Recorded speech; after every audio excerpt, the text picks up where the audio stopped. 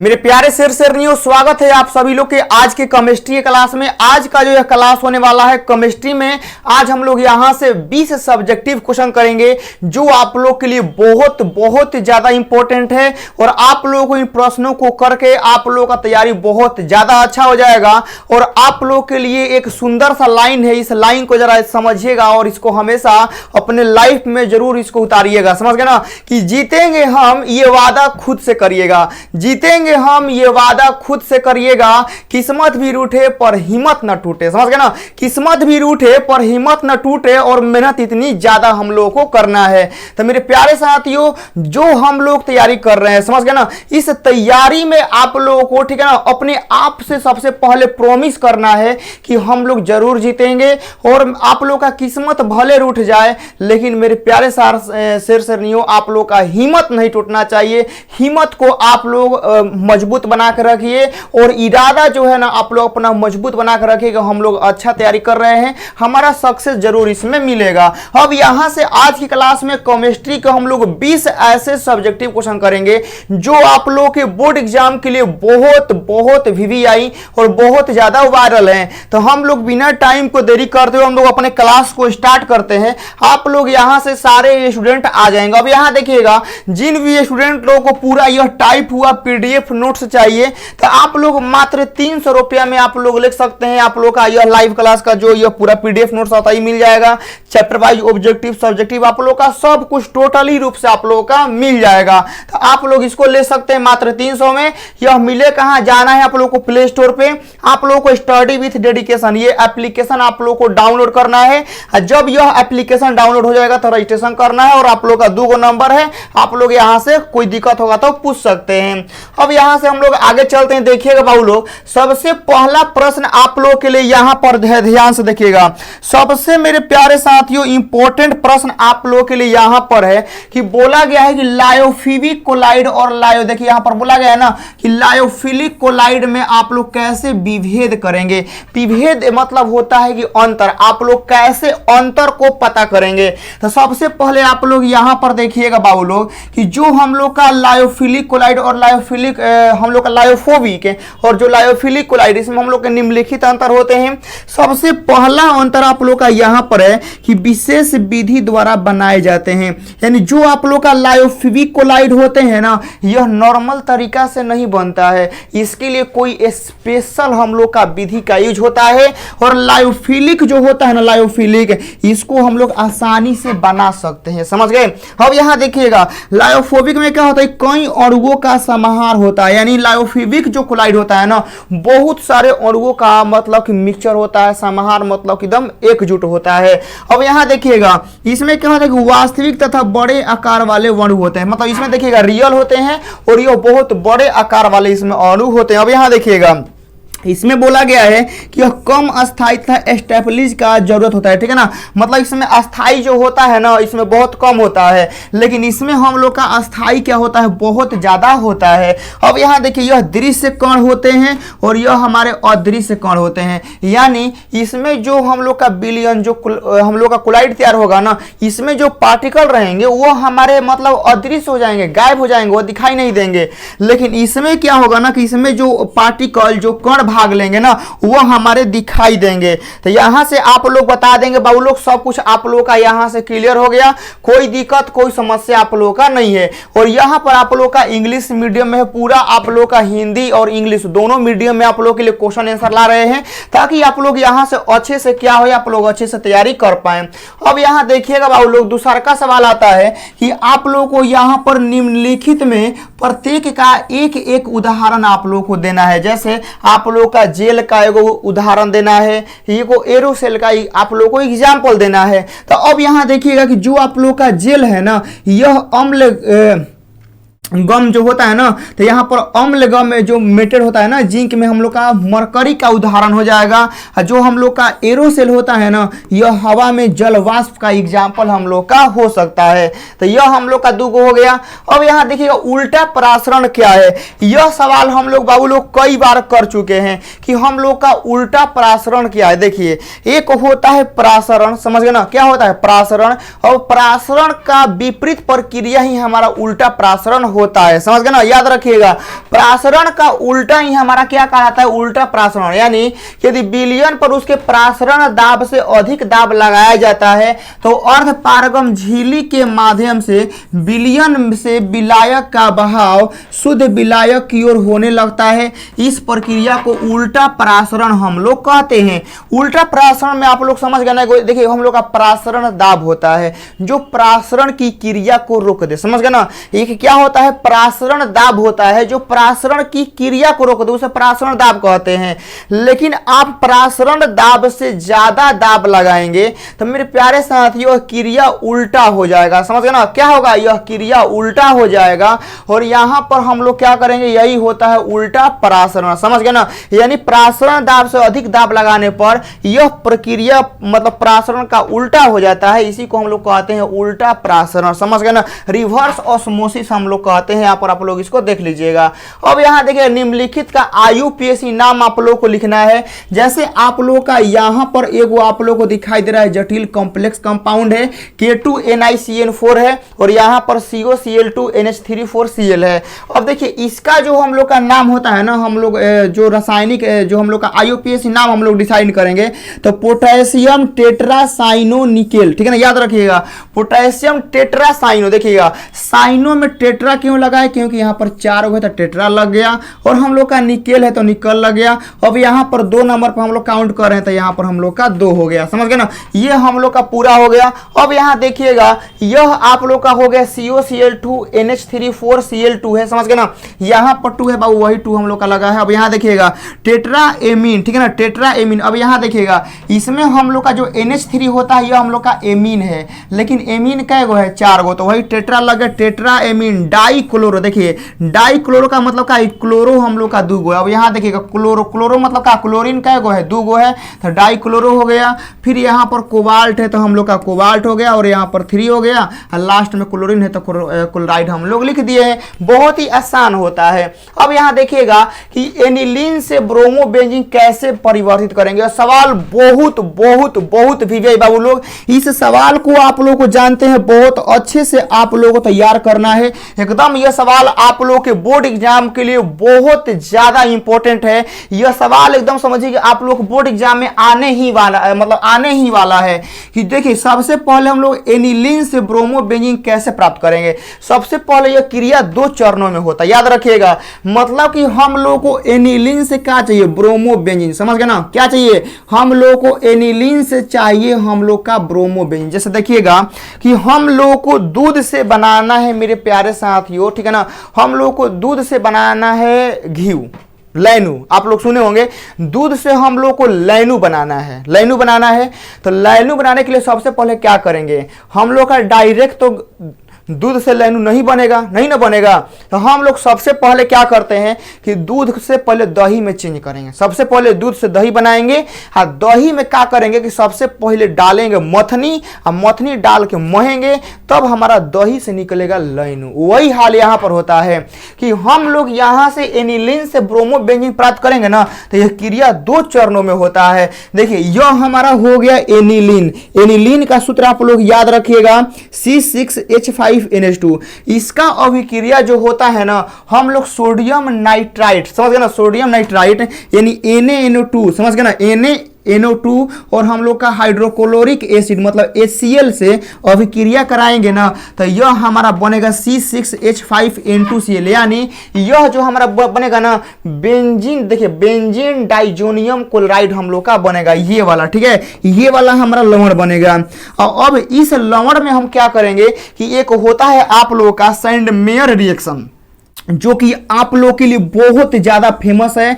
आप लोग सैंडमेयर प्रतिक्रिया, जो सैंडमेयर रिएक्शन होता है ना, आप लोग इसको याद रखिएगा, बहुत फेमस है, बहुत काम का चीज है, ठीक है ना। इसीलिए आप लोग का एनिलीन से ब्रोमोबेंजीन जानते हैं क्यों दिया है, क्योंकि यह जो सैंडमेयर रिएक्शन है ना, ये बहुत VVI है और इसको पूछने के लिए आप लोगों से यह क्वेश्चन पूछा गया है। तो अब क्या करेंगे ना कि यहां पर जो आप लोग का C6H5N2Cl है ना, इसमें हम लोग क्या करेंगे, आप लोग देखिएगा बेंजीन डाइजोनियम क्लोराइड जो हम लोग का यह है, इसमें हम लोग हाइड्रोब्रोमिक एसिड, समझ गए ना, चाहे कॉपर ब्रोमाइड, हम लोग कॉपर ब्रोमाइड का हम लोग यूज करेंगे। जब इसमें हम लोग कॉपर ब्रोमाइड का हम लोग यूज करेंगे ना, तो यहाँ से हम लोग का क्या होगा, C6H5 हम लोग का ज्यों का त्यों रहेगा, और यहाँ से जो N2Cl है ना यह हटेगा, और यहाँ से Br आके यहाँ पर जुड़ेगा। तो यह जो है ना बाबू, ये वाला हमारा हो गया क्या, यही हमारा एनिलीन है, याद रखिएगा। एनिलीन से ब्रोमोबेंजीन, समझ गए ना। तो यहाँ देखिएगा साफ लिखा गया है कि बेंजीन डाइजोनियम क्लोराइड को जब हम लोग इसमें प्रतिक्रिया कराएंगे तो यह प्रतिक्रिया आप लोगों के सामने है। अब यहाँ आप लोग देख सकते हैं, इसी को हम लोग क्या करना था, प्राप्त करना था। अब सारा यहाँ से मेरे प्यारे साथियों सारा कहानी हो गया है।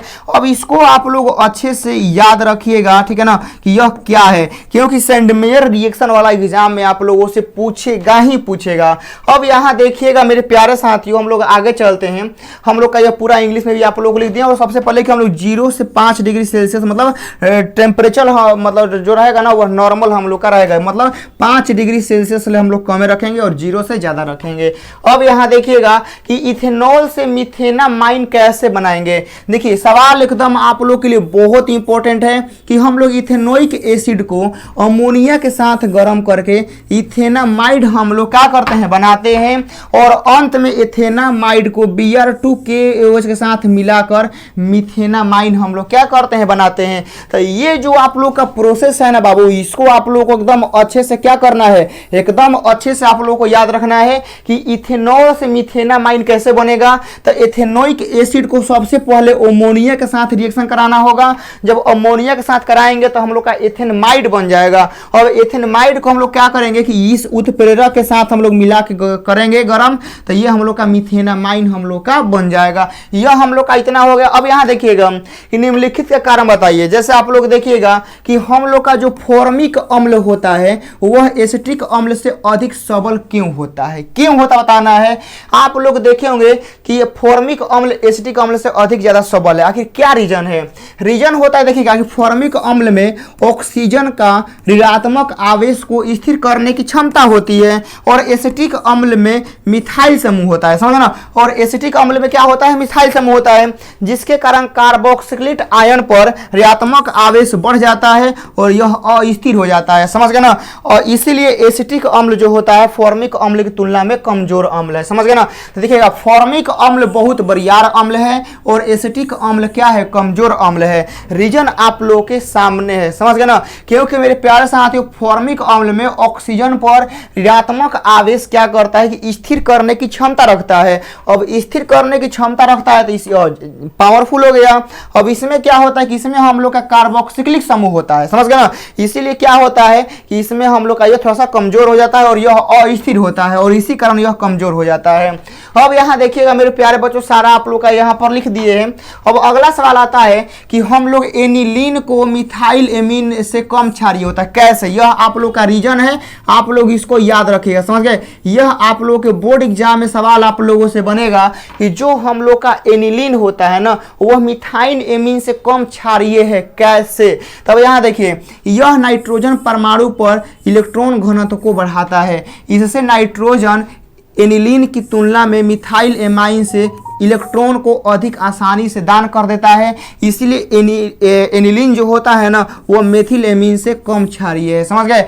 आप लोगों को पता चल गया होगा कि जो आप लोग का यहाँ पर एनिलीन दिया गया है, ठीक है ना, जो आप लोग का हम लोग का एनिलीन दिया गया है, यह हम लोग का मेथिल एमीन से कम क्यों क्षारीय है, क्योंकि मेरे प्यारे साथी इस पर घनत्व को बढ़ा देता है, और घनत्व को बढ़ाने से क्या होता है कि इसमें इलेक्ट्रॉन अधिक आसानी से निकल जाते हैं, इसीलिए हम लोग का क्या होता है, कम क्षारीय होता है। अब यहाँ देखिए ईथर का क्वथनांक एल्कोहल से कम होता है। बहुत बार सवाल पूछ लिया है।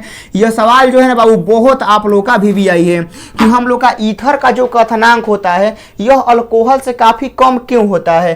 तो ईथर का क्वथनांक एल्कोहल से कम होता है क्योंकि ईथर के अणुओं के बीच हाइड्रोजन बॉन्ड नहीं बन पाते हैं, समझे ना, और वही एल्कोहल में हाइड्रोजन बॉन्डिंग होती है जिनसे उनका क्वथनांक बढ़ जाता है। सिंपल सा, ये छोटी छोटी छोटी बातें आप लोग याद रखेंगे, मतलब आप लोग रखेंगे ना, तो आप लोग का कभी भी केमिस्ट्री में नंबर नहीं कटेगा। ये मेन चीजें आप लोग को याद रखना है, समझ गए ना, कि हम लोग का इथेनॉल हो गया, फिर हम लोग का ईथर हो गया, एल्कोहल हो गया। तो ईथर का क्वथनांक एल्कोहल से कम क्यों होता है? क्योंकि ईथर के अणुओं के बीच हाइड्रोजन बॉन्ड नहीं होता, याद रखिएगा।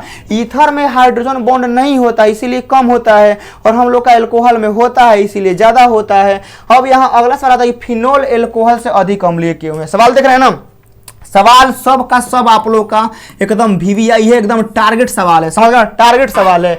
अब यहाँ बोला गया, देखिए ऋणात्मक आवेश के कारण फिनोल एल्कोहल की तुलना में अधिक अम्लीय होता है। यानी सारा का सारा खेल किसका है? हम लोग का निगेटिव चार्ज का, याद रखिएगा। सारा का सारा खेल किसका है? निगेटिव चार्ज का। यानी निगेटिव चार्ज कारण जो फिनोल होता है ना, वह अल्कोहल की तुलना में अधिक क्या है? हम लोग का अम्लीय है। अब यहाँ देखिएगा कि अम्लीय यौगिक फिनोल की तुलना में अधिक ऋणात्मक आवेश होते हैं। केवल इसी प्रकृति के कारण ये यौगिकों के साथ अधिक रियायन बनाते हैं, और हम लोग का जो निगेटिव आवेश रखते हैं और जिनमें निगेटिव आवेश होता है वो प्रकृति में अधिक अम्लीय होते हैं। यानी सारा का सारा खेल समझ गए किसका है? निगेटिव चार्ज का। सारा का सारा खेल देख रहे हैं ना, निगेटिव चार्ज के कारण कौन अम्लीय हो जा रहा है, कौन नहीं हो रहा है। तो यह आप लोगों को निगेटिव चार्ज जो है आप लोगों को याद रखना है। अब यहाँ से पूरा आप लोग का सारा चीज अच्छे से हो गया। अब यहाँ देखिएगा कि जो हम लोग का HI हो गया वह HF से सबल है कैसे, याद रखिएगा। तो हम लोग का HI HF से नहीं, HCl से भी ज्यादा होता है, समझ गए ना। यह HI सबसे ज्यादा होता है। I का साइज F के साइज से बड़ा होता है, और इसी कारण से HI HF से प्रबल अम्ल है। अब जिसका बड़ा, अब देखिएगा, जिसकी भुजाएं बड़ी होंगी, जिसका क्षेत्र बड़ा होगा, मेरे प्यारे साथियों, एकदम गारंटी को सबसे ज्यादा मजबूत होगा, समझ गए ना। जिस देश के पास सेना सबसे ज्यादा होगा तो उसके पास पावर भी सबसे ज्यादा होगा ना। सेना सबसे ज्यादा होगा, पावर भी सबसे ज्यादा, जिसके पास जमीन ज्यादा होगा उसके पास भी पावर ज्यादा रहेगा। अब यहाँ देखिए I का साइज F का साइज से बड़ा होता है, इसी वजह से क्या होता है कि HI HF से ज्यादा हम लोग का मजबूत है। अब यहाँ देखिएगा फ्लोरीन की इलेक्ट्रॉन बंधुता का मान क्लोरीन से कम है कैसे, समझ गए ना। मतलब फ्लोरीन का जो हम लोग का इलेक्ट्रॉन बंधुता का जो वैल्यू होता है वो क्लोरीन से कम है कैसे। अब यहाँ देखिए फ्लोरीन के परमाणु का आकार क्लोरीन से छोटा होता है, बताइए, आकार छोटा हो गया। अब जितना औकात रहेगा उतने न करेगा, अब इसका आकार छोटा है। अब देखिएगा क्लोरीन का आकार हम लोग का क्या है? बड़ा है, लेकिन यहाँ बोला गया फ्लोरीन का परमाणु का आकार जो होता है क्लोरीन से छोटा होता है, यानी जो फ्लोरीन होता है वो क्लोरीन से छोटा होता है। इसी वजह से फ्लोरीन के इलेक्ट्रॉनों के बीच मजबूत इलेक्ट्रॉन प्रतिकर्षण होता है और इसमें कम ऊर्जा निकलती है, जिससे फ्लोरीन की इलेक्ट्रॉन बंधुता कम होती है। अब यहाँ से हो गया। अब अगला सवाल होता है कि निस्तापन को उदाहरण के साथ देखिए, निस्तापन होता है, देखिए आप लोग को याद रखना है कि निस्तापन में कौन सा वर्ड स्टार्ट हो रहा है? नी हो रहा है ना। निस्तापन में जो वर्ड स्टार्ट हो रहा है वो हम लोग का नी है। तो नी मतलब निर्वात होता है, याद रखिएगा, समझ गए ना। मतलब निस्तापन में जो पहला अक्षर है वह नी है, और निर्वात का भी पहला अक्षर नी है। यानी निस्तापन मतलब क्या कि इसमें जो हम लोग का कहानी होगा वह निर्वात में होगा। वही कहानी होता है कि किसी सांद्रित अयस्क को, समझ गए ना, वायु या ऑक्सीजन की अनुपस्थिति, यानी आप लोग कह सकते हैं कि जहां वायु और ऑक्सीजन नहीं है वह हमारा कहलाता है, वह वातावरण निर्वात कहलाता है। तो यानी वायु या ऑक्सीजन की अनुपस्थिति में, चाहे निर्वात की उपस्थिति में हम लोग कह सकते हैं, समझ गए ना। निर्वात की उपस्थिति में कम गलनांक से कम तापमान पर गर्म करने की प्रक्रिया ताकि वोलेटाइल पदार्थ उड़ जाए, उसे निस्तापन कहते हैं। देखिएगा हम लोग किसी चीज को गर्म करते हैं ताकि उसमें जो हम लोग के अशुद्धियां हैं, जो वोलेटाइल पदार्थ हैं, वो हम लोग के उड़ जाए, समझ गए ना। देखिएगा हम लोग धान को क्यों ओसाते हैं? देखिएगा धान जब दमरी होता है, धान को क्यों ओसाते हैं? धान को ओसा के धान को अलग करते हैं क्योंकि जो उसमें हल्के हल्के पदार्थ हैं, देखिएगा जो भूसी बहुत हल्का रहता है वो उड़ जाता है, और जो धान भारी होता है वह एक जगह पे इकट्ठा हो जाता है, और जो भूसी हल्का होता है वह उड़ जाता है। वही यहाँ पर है कि हवा या ऑक्सीजन की अनुपस्थिति में कम गलनांक पर जब गर्म करेंगे ताकि वोलेटाइल पदार्थ उड़ जाए, उसे निस्तापन हम लोग कहते हैं। अब हम लोग का वर्जन क्या होता है? देखिएगा हम लोग का दो को केस होता है, एगो निस्तापन और एगो वर्जन। तो निस्तापन में तो पता चल गया कि निस्तापन में निर्वात आएगा, तो वर्जन में क्या आएगा? ऑक्सीजन आएगा, चाहे हवा आएगा, यही ना आएगा। तो वर्जन में याद रखिएगा कि हम लोग का हवा की उपस्थिति में गर्म करेंगे, समझ गए ना, भर्जन में हवा की उपस्थिति में। तो हवा की उपस्थिति में कम गलनांक पर गर्म करने की प्रक्रिया ताकि वोलेटाइल पदार्थ उड़ जाए, उसे हम लोग भर्जन कहते हैं। अब यहां देखिएगा, यहां लिखा है कि अवशोषण और अधिशोषण में अंतर बताना है, समझ गए ना। तो यहां देखिए साफ यहां पर लिख देंगे अवशोषण और यहां पर लिख दिए हैं अधिशोषण। तो अवशोषण और अधिशोषण में क्या होता है देखिएगा, अवशोषण क्या होता है, यह इंटीरियर या बुल्क में होता है। यह देखिए अवशोषण जो होता है ना, यह हम लोग का अंदर होता है, समझ गए ना, मतलब अंदर से। कैसे जिलेबी पर, मतलब जिलेबी को हम लोग सीरा में डालेंगे तो वह जो जिलेबी का रासा होता है, जो सीरा होता है, वह सरफेस के साथ कहाँ चला जाता है, वह चला जाता है अंदर। सबसे आप लोग का रसगुल्ला हो गया, तो रसगुल्ला का जो रस रहता है वो देखिएगा बाहर नहीं दिखाई देता है, वो अंदर रहता है, समझ गए ना। आप लोग स्पॉन्ज भी देखे होंगे, कुछ आप लोग मिठाई देखे होंगे कि बाहर से मतलब दिखाई देगा एकदम सूखा हुआ, लेकिन अंदर पूरा रस रहता है। जैसे जिलेबी हो गया, ठीक है ना, जिलेबी का बाहरी सतह एकदम दिखाई देता है कि सूखा है, लेकिन जिलेबी के अंदर खूब सीरा हम लोग का रहता है, तो वही होता है। अब यहाँ देखिए अधिशोषण क्या होता है, पृष्ठ, मतलब यह सरफेस पे हम लोग का होगा। अब यहाँ देखिएगा अधिशोषण में, इसमें सॉल्यूट के कणों का वितरण पृष्ठ एवं अंत के साथ दोनों में समान होता है। यानी हम लोग का अवशोषण जो होता है सरफेस के साथ साथ हम लोग का सरफेस के अंदर भी होता है। और यह क्या होता है मेरे प्यारे साथियों, यह हम लोग का सतही घटना होता है, सतह पर होता है। अवशोषण दर सदैव नियत और समान होती है, ठीक है ना। अवशोषण क्या होता है, सब समान दर से होता है, लेकिन यह अधिशोषण जो होता है शुरुआत में उच्च रहेगा और बाद में साम्यावस्था को प्राप्त कर लेगा, समझ गए ना। चाहे आप लोग देखिएगा अवशोषण में मतलब क्या है कि इसमें जो होता है इसमें हम लोग का अंदर जाएगा, समझ गए ना, मतलब कि जो जिलेबी का रासा हो गया, जो रसगुल्ला हो गया, इसमें अंदर जाएगा। तो यह देखिएगा कि जो रसगुल्ला बनता है ना, उसमें सीरा को डाल के, मतलब सीरा में डाल के आराम से छोड़ दिया जाएगा। क्यों, क्योंकि ताकि जो रस है ना वो पूरा बढ़िया से अंदर तरीका से क्या हो जाएगा, हर जगह चल जाएगा। आप लोग देखे होंगे फुलौरा, गाँव में आप लोग फुलौरा देखे होंगे बनता है, तो फुलौरा तुरंत तत्काल बनाइएगा ना तो खराब हो जाएगा, तुरंत तत्काल बनाइएगा ना, सोचिएगा हम तत्काल हाली हाली बना के खा मतलब ठीक कर दें, वह खराब हो जाएगा। फुलौरा को बनाने के लिए हम लोग क्या करते हैं, सबसे पहले उसको छानेंगे, फिर पानी में डाल के लंबा समय तक छोड़ते हैं ताकि हर एक जगह जो है ना, मतलब उसका जो सीरा है, जो रस है, वह चल जाए। वही आप लोग का यह जो होता है एकदम नियत होता है, समान दर से होता है, लेकिन यह क्या रहेगा, शुरुआत में हाई रहेगा, फिर एगो साम्यावस्था को प्राप्त करके एकदम फिक्स हो जाएगा, समझ गए ना। अब यहाँ देखिएगा यह सारा कहानी हो गया। अब यहाँ देखिए बहुलीकरण क्या होता है, अनेक छोटे छोटे सरल अणुओं को एक नियमित तरीके से परस्पर संयुक्त होने की जो बृहत अणु बनता है, जिसके बनने की प्रक्रिया बहुलीकरण कहते हैं, समझ गए ना। देखिए बनने की प्रक्रिया बहुलीकरण होता है, जैसे छोटे छोटे पदार्थों को मिला के बड़ा पदार्थ बना देंगे तो बनने की प्रक्रिया बहुलीकरण से। देखिए हम लोग घर बनाते हैं तो घर में हम लोग का गिट्टी, छड़, हम लोग का ईंटा, हम लोग का ढेर सामान लगता है, तो घर बनने की प्रक्रिया बहुलीकरण हो गया। अब यहां पर आप लोग समझना, घर जो बना है ना वह बहुलीकरण नहीं है, घर बनने का जो प्रोसेस है, जिस विधि से बन रहा है, जिस मेथड से बन रहा है, वह मेथड हमारा हो गया बहुलीकरण। अब यहाँ देखिए बहुलक क्या हो गया, तो अनेक छोटे छोटे सरल अणु मिलकर एक नियमित तरीके से परस्पर संयुक्त होने से जो बृहद अणु बनता है उसे बहुलक कहते हैं। यानी हम लोग छोटे छोटे पदार्थों को मिलाकर जो भी एक बड़ा पदार्थ बना देते हैं तो वह हमारा बहुलक हो गया। जैसे देखिएगा घर बनाने की प्रक्रिया हो गया बहुलीकरण, जो एक हमारा घर बन गया वह हो गया बहुलक। तो यहाँ से आप लोग समझ गए होंगे कि बहुलीकरण और बहुलक क्या होता है। बहुलीकरण एक प्रोसेस है, लेकिन बहुलक क्या है, फाइनल रिजल्ट की क्या बना है, समझ ना। बहुलक क्या होता है, फाइनल रिजल्ट। अब यहां देखिएगा आज की क्लास में बाबू लोग हम 17 सवालों को ही छोड़ते हैं। आज की क्लास में आप लोगों का 17 सवाल था, यहाँ से पूरा बढ़िया से आप लोग 17 सवाल को अच्छे से पढ़ा दिए हैं और अच्छे से समझा दिए हैं। आप लोग इसका नोट्स जरूर बनाइएगा ताकि आप लोगों का कोई दिक्कत परेशानी ना हो। यदि आप लोगों को इसका पूरा PDF नोट्स लेना होगा तो आप लोग मात्र 300 में आप लोग ले सकते हैं। आप लोग यहाँ पर प्ले स्टोर पर जाना है और आप लोग को यहाँ पर यह एप्लीकेशन डाउनलोड कर लेना है और यहाँ पर 2 आप लोगों का नंबर है। अब यहाँ देखिएगा मेरे प्यारे साथियों, पूरा आप लोग को अच्छे से हम समझा दिए। अब आप लोग क्या करना है कि इसका आप लोग अच्छे से नोट्स बनाइएगा, रिवाइज करिएगा ताकि आप लोग का अच्छे से तैयारी हो पाए, समझ गए ना। और बोर्ड एग्जाम में काफी समय कम है तो आप लोग अब मेहनत भी बहुत आप लोगों को ज्यादा करना होगा। चलिएगा मिलते हैं आप लोगों के साथ मेरे प्यारे साथियों नेक्स्ट क्लास में। तब तक के लिए आप लोग इसका नोट्स बनाइए और रिवीजन करते रहिएगा। जय हिंद।